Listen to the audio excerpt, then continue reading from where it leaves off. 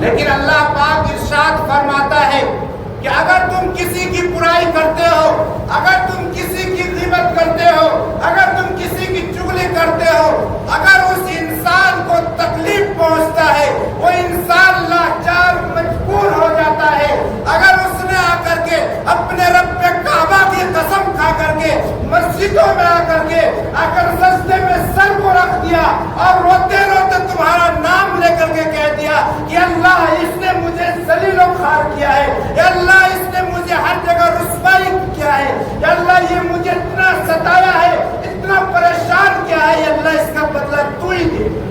تو میرے عزیزو ذرا سوچ کر کو دیکھ، اللہ ہمارے ساتھ کیا کر سکتا ہے؟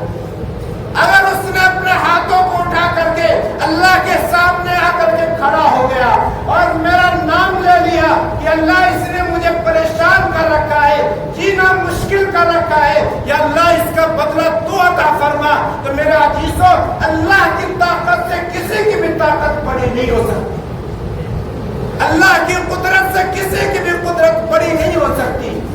اللہ کا شان وہ شان ہے، اللہ کا مقام وہ مقام ہے جو دنیا رہتی دنیا تک اس کا مقابلہ نہیں کر سکتا۔ کبھی ہم نے سوچا نہیں، ہم آ کے تکلیف دیتے ہیں، ستاتے ہیں، پریشان کرتے ہیں، انسان کو ایسا کر دیتے ہیں کہ انسان مجبور ہو کر کے اپنا جان دینے تک آ جاتا ہے، اپنی جان کی بازی لگا دیتا ہے اپنی عزت کو بچانے کے چکر میں۔ لیکن ہمیں کیا ملتا ہے؟ اس سے مزہ آتا ہے، ایک دوسرے کی چغلی کر کے خوب مزہ آتا ہے، اپنے دوستوں میں بیٹھتے ہیں، ایک دوسرے کی برائی کرتے ہیں اور ہنستے ہیں، وہ بڑی زور زور سے ہنستے ہیں، مزہ آ رہا ہے۔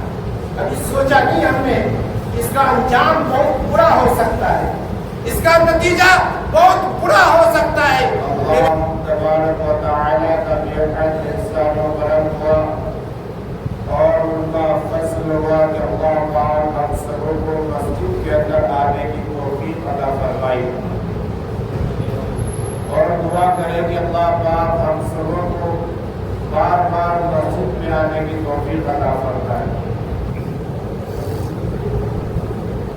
میرے محترم، ہم سب ایک مرتبہ قائد نامدار تاجدار مدینہ جناب محمد عربی صلی اللہ علیہ وسلم کی بارگاہ میں درود شریف کا ہدیہ پیش کریں۔ اللہم صلی علی محمد وعلی آل محمد کما صلیت علی ابراہیم وعلی آل ابراہیم انک حمید مجید۔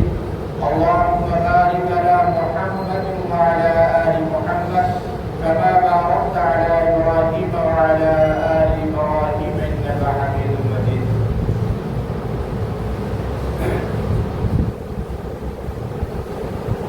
میرے محترم بزرگوں اور عزیز ساتھیوں، اللہ تبارک و تعالی کا بےحد احسان و کرم ہوا اور ان کا فضل ہوا کہ اللہ پاک ہم سبوں کو اپنے پاک گھر میں آنے کی توفیق عطا فرمائی، اور ہم سب جو آئے میرے عزیزوں، اس میں ہمارا کوئی کمال نہیں ہے، یہ اللہ رب العزت کا احسان ہے۔ اس نے ہم سبوں کو اپنے گھر کے لیے چنا ہے اور اپنے گھر میں آنے کی توفیق عطا فرمائی ہے۔ میرے محترم، جیسے کہ میں نے ابھی آپ لوگوں کے سامنے ایک قرآن کریم کی آیت شریفہ تلاوت فرمائی، یا ایھا الذین آمنوا استعینوا بالصبر والصلاۃ۔ اس آیت کریمہ میں اللہ پاک ارشاد فرماتا ہے کہ صبر کرو نماز کے ذریعے سے، یا ایھا الذین آمنوا استعینوا بالصبر والصلاۃ، کہ نماز کے ذریعے سے صبر تلاش کرو۔ نماز ایک ایسی دولت ہے جس کے اندر اللہ رب العزت نے ہر کامیابی کو چھپا رکھا ہے۔ کہا کہ انسان جو ہے آج کل کامیاب ہونا چاہتا ہے اور کامیابی کو تلاش کرتا ہے، لیکن میرے محترم، اللہ پاک نے معذب سے دین میں 5 مرتبہ پکارتا ہے کہ حیا علی الصلاۃ، مؤذن پکارتا ہے حیا علی الصلاۃ، آؤ نماز کی طرف۔ دوسری بات کہتا ہے کہ حیا علی الفلاح، آؤ کامیابی کی طرف۔ لیکن میرے محترم، اللہ پاک ارشاد فرما رہا ہے کہ تمہاری کامیابی نماز کے بغیر نہیں ہو سکتی۔ اگر تم کامیاب ہونا چاہتے ہو تو نماز کو قائم کرو، نماز کے بعد تمہیں ہر کامیابی مل سکتی ہے۔ لیکن ہم لوگ یہ سوچتے ہیں کہ ہم نماز کو ترک کر کے، نماز کو چھوڑ کر کے کامیاب بن جائیں گے، یہ ناممکن ہے۔ کیونکہ آپ اتہاس کے پنوں کو پلٹا کر کے دیکھیے، اتہاس کے کتابوں کو پلٹ کر کے دیکھیے، اللہ پاک نے جسے کامیاب کیا ہے وہ لوگ وقت کے 5 وقت نمازی تھے، تہجد گزار تھے، نفلی نمازیں پڑھا کرتے تھے، نفلی روزے رکھا کرتے تھے۔ پھر اللہ پاک نے اسے ایسا مقام عطا فرمایا، ایسا مقام عطا فرمایا کہ رہتی دنیا تک ان کے نام کو کوئی مٹا نہیں سکتا۔ میرے عزیزوں، کامیابی کب ملے گی؟ جب ہم نماز کو قائم کریں گے، نماز کو پڑھیں گے۔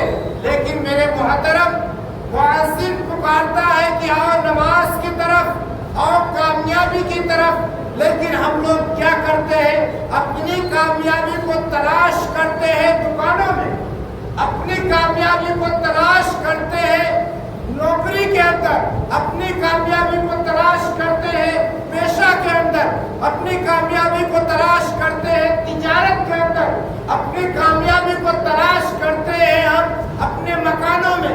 میرے محترم، اللہ پاک فرما رہا ہے کہ تمہاری کامیابی مسجدوں میں ملے گی، تمہیں کامیابی مسجد میں آ کر کے ملے گی۔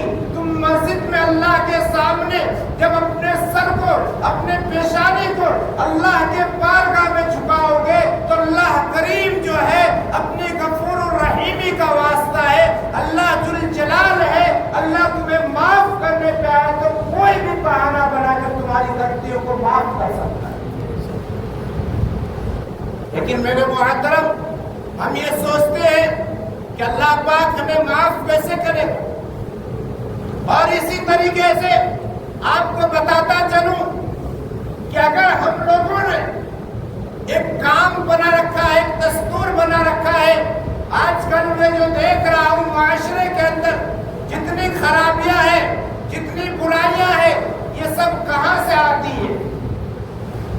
یہ کہیں اور باہر سے نہیں آتی، یہ برائیاں ہمارے اندر سے پیدا ہوتی ہیں، یہ خرابیاں ہم لوگوں کے اندر سے پیدا ہوتی ہے۔ تاکہ انسان اپنے دولت کے نشے میں، اپنے پیسے کے نشے میں، اپنے شہرت اور عزت کے نشے میں آ کر کے کسی کو بھی کہیں بھی ذلیل و خوار کر دیتا ہے، کہیں بھی کسی کی برائی کرنا شروع کر دیتا ہے۔ اسے یہ نہیں پتا کہ ہم جس کی برائی کر رہے ہیں اس کا بدلہ کیا ہو سکتا ہے، اس کا انجام ہمیں کیا مل سکتا ہے، اس کا سزا ہمیں اللہ پاک کیا دے سکتا ہے۔ ہم اس کا کبھی بھی تصور نہیں کرتے، اپنے دماغ میں، اپنے خیال میں نہیں لاتے۔ میرے محترم، کسی کی برائی سے، کسی کی چغلی سے، کسی کی غیبت کرنے سے پہلے 100 بار سوچئے، 100 بار سوچنے کے بعد کسی کی برائی کیجیے۔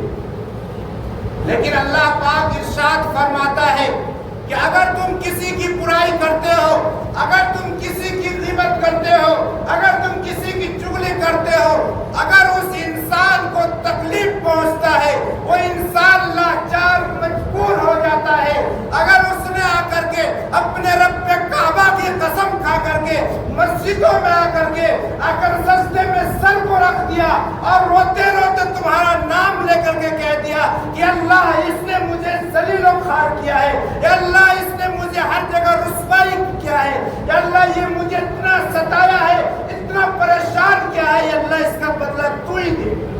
تو میرا عزیزو ذرا سوچ کر کو دیکھ اللہ ہمارے ساتھ کیا کر سکتا ہے. اگر اس نے اپنے ہاتھوں کو اٹھا کر کے اللہ کے سامنے آ کر کے کھڑا ہو گیا اور میرا نام لے لیا کہ اللہ اس نے مجھے پریشان کر رکھا ہے, جینا مشکل کر رکھا ہے, یا اللہ اس کا بدلہ تو عطا فرما, تو میرا عزیزو اللہ کی طاقت سے کسی کی بھی طاقت بڑی نہیں ہو سکتی. اللہ کی قدرت سے کسی کی بھی قدرت بڑی نہیں ہو سکتی.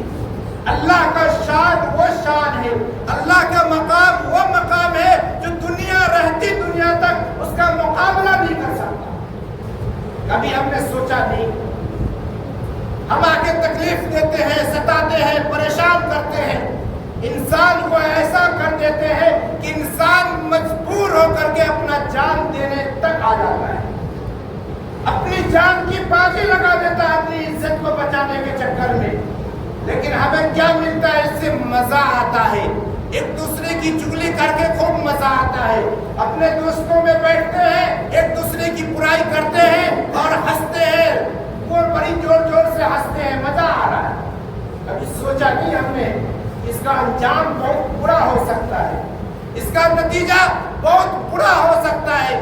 میرے محترم اللہ پاک نے ہمیں انسان بنایا ہے, انسان کے ساتھ ساتھ ہمیں ایمان والا بنایا ہے. اسلام کے اندر چغلی کرنا, غیبت کرنا, برائی کرنا, کسی کے پیچھے شکوہ گلا کرنا, یہ سارے کے سارے ناجائز اور حرام چیزیں. میرے محترم مسلمان ان چیزوں میں سب سے آگے ہو چکا ہے, سب سے زیادہ آگے ہو چکا ہے. کبھی اسے خوف خدا نہیں آتا, کبھی اس کے دل میں ذرہ برابر احساس نہیں ہوتا, کیونکہ اندر سے جو انسانیت ہے, اندر کا جو ایمان ہے, مر چکا ہے.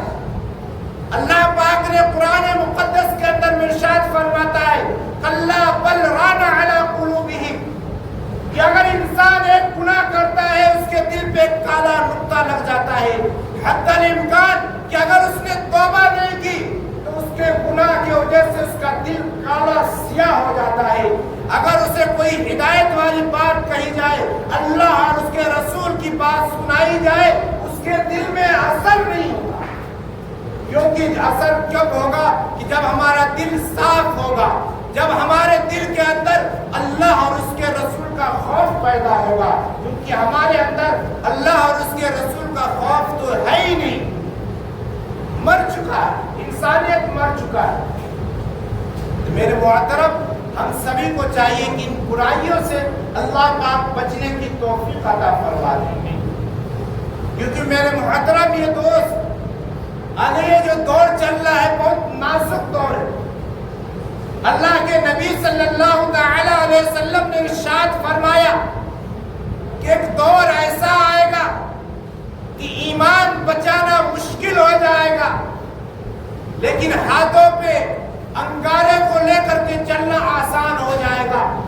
وہ دور آج ہمارے سامنے ہے کہ اگر ہم ایمان بچانے کی کوشش کریں, محنت کریں, ہمارا ایمان محفوظ نہیں رہتا, لیکن اگر ہم ہاتھوں کے اوپر آگ کو لے کر کے چلنا چاہے تو ہمارے لیے آسان ہو چکا ہے.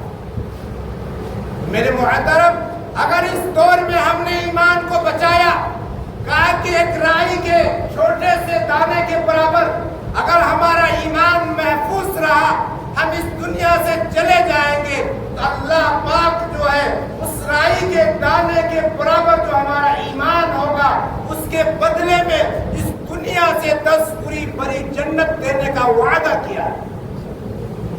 کب ہوگا کہ جب ہم مسجدوں سے جڑیں گے, مسجدوں میں آئیں گے, نمازیں پڑھیں گے تو ہمارا ایمان محفوظ رہے گا. جب ہم مسجدوں میں نہیں آئیں گے, اپنے گھر میں آرام کریں گے, آزان ہوتی ہے ہونے دو, ہمیں کوئی فرق نہیں پڑتا. صبح کو بھی ہم سوتے ہیں اس طریقے سے جیسے گھوڑے بیچ کے سو گیا ہو, فجر کی نماز کا کوئی پتہ نہیں. اللہ کے نبی صلی اللہ تعالی علیہ وسلم نے ارشاد فرمایا کہ جو